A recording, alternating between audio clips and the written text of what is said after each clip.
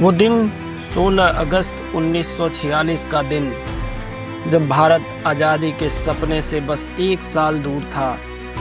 लेकिन उसी दिन कलकत्ता की गलियों में इंसानियत लहूलुहान हो गई। इसे इतिहास ने नाम दिया द ग्रेट कलकत्ता किलिंग। एक शहर जो कभी सिटी ऑफ जॉय कहा जाता था, वो कुछ ही घंटों में खून और आग के दरिया में बदल गया। 1946 भारत में आज़ादी की हवा तेज थी, लेकिन साथ ही बढ़ रही थी धार्मिक तनाव की आंच। मुस्लिम लीग के नेता मोहम्मद अली जिन्ना ने मांग की, पाकिस्तान हमारा हक है। कांग्रेस ने कहा, भारत एक रहेगा।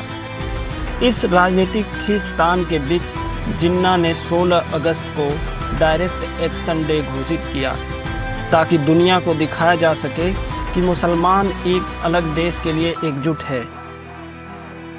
16 अगस्त की सुबह हजारों लोग नमाज पढ़कर सड़कों पर उतरे।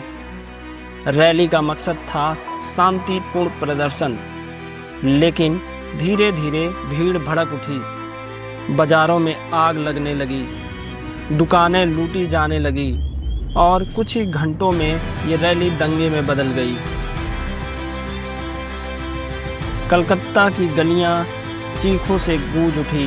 कोई हिंदू था, कोई मुसलमान, लेकिन उस दिन किसी का धर्म नहीं देखा गया। इंसान इंसान का दुश्मन बन गया।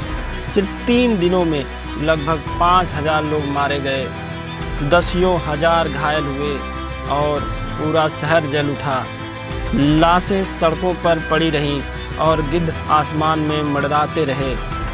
जब कलकत्ता जल रहा था, तब ब्रिटिश सरकार ने अपनी आंखें बंद कर ली। ना पुलिस पहुंची, ना सेना, क्योंकि ब्रिटिश हुकूमत चाहती थी कि भारत खुद अपने आप में टूट जाए। वो देखना चाहते थे कि हिंदू और मुसलमान एक साथ नहीं रह सकते, ताकि उनका डिवाइड एंड रूल आखिरी बार सफल हो जाए। लेकिन इसी अंधकार के बीच कुछ दीपक भी जले। कुछ हिंदू घरों ने मुसलमानों को शरण दी और कुछ मुसलमानों ने हिंदू परिवारों को बचाया।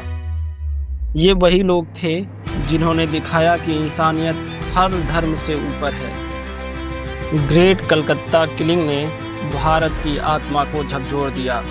इसके बाद नोआखाली, बिहार, पंजाब एक के बाद एक जगहें दंगे की चपेट में आईं। आखिरकार 1947 में देश बंट गया। हिंदुस्तान और पाकिस्तान 2 हिस्से बने। लेकिन ये बंटवारा सिर्फ जमीन का नहीं था, दिलों का था। कलकत्ता की वो राख आज भी हमें याद दिलाती है कि नफरत की आग में सिर्फ इंसान जलता है, धर्म नहीं। अगर हम इतिहास से नहीं सीखते, तो शायद भविष्य हमें माफ नहीं करेगा। ये कहानी सिर्फ कलकत्ता की नहीं, ये इंसानियत की कहानी है जो हर पीढ़ी को याद रखनी चाहिए।